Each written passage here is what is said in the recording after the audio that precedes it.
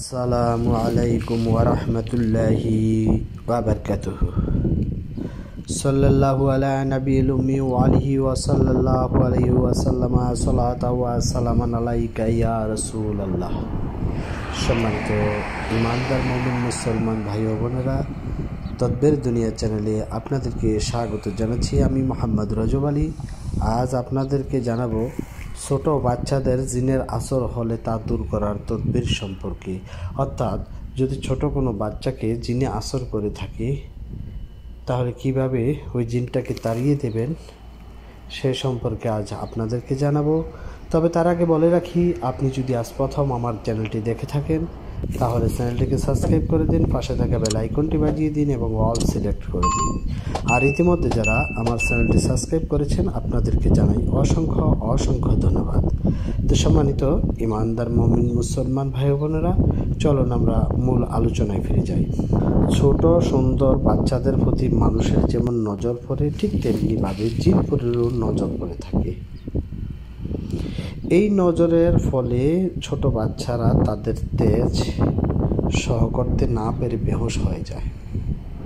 তখন আপনারা যে কাজটি করবেন, শিশুটা যদি জিনে আক্রান্ত হয়ে বা জিনের তেজস্ক্রিয়তায় শিশুটি বেহুশ হয়ে যায়, তার হুঁশ ফিরানোর জন্য বা ওই জিনটিকে তাড়িয়ে দেওয়ার জন্য আপনাকে যে কাজটি করতে হবে, মহাপবিত্র আল কোরআনের 38 নম্বর সূরাটির নাম হচ্ছে সূরা সোয়াদ। সূরা সোয়াদের 34 নম্বর আয়াত আপনারা দেখতে পাচ্ছেন স্ক্রিনে। আয়াতটি হচ্ছে আলাকাদ ফাতান্না সুলাইমানা ওয়া আলকাইনা আলা কুরসিহি জাসাদান সুম্মা আনাব। এই আয়াতটি আপনারা 7 বার পাঠ করবেন এবং 7 বার ওই শিশুর বাম কানের মধ্যে ফুঁক দিবেন। আশা করা যায় এর বরকতে ওই শিশুটির জ্ঞান ফিরে আসবে এবং জিনটি তাকে ছেড়ে দূরে সরে যাবে।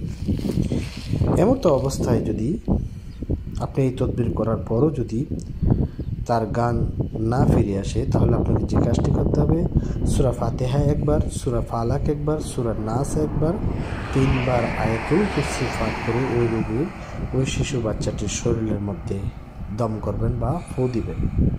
ইনশাল্লাহ আশা করা যায়, আমি আল্লাহ তাআলার কাছে আশাবাদী, এর ফলে ওই জিনটা যত বড় দুষ্ট প্রকৃতিরই হয়ে থাকুক না কেন, ওই শিশুটিকে ছেড়ে চলে যাবে এবং শিশুটির জ্ঞান ফিরে আসবে।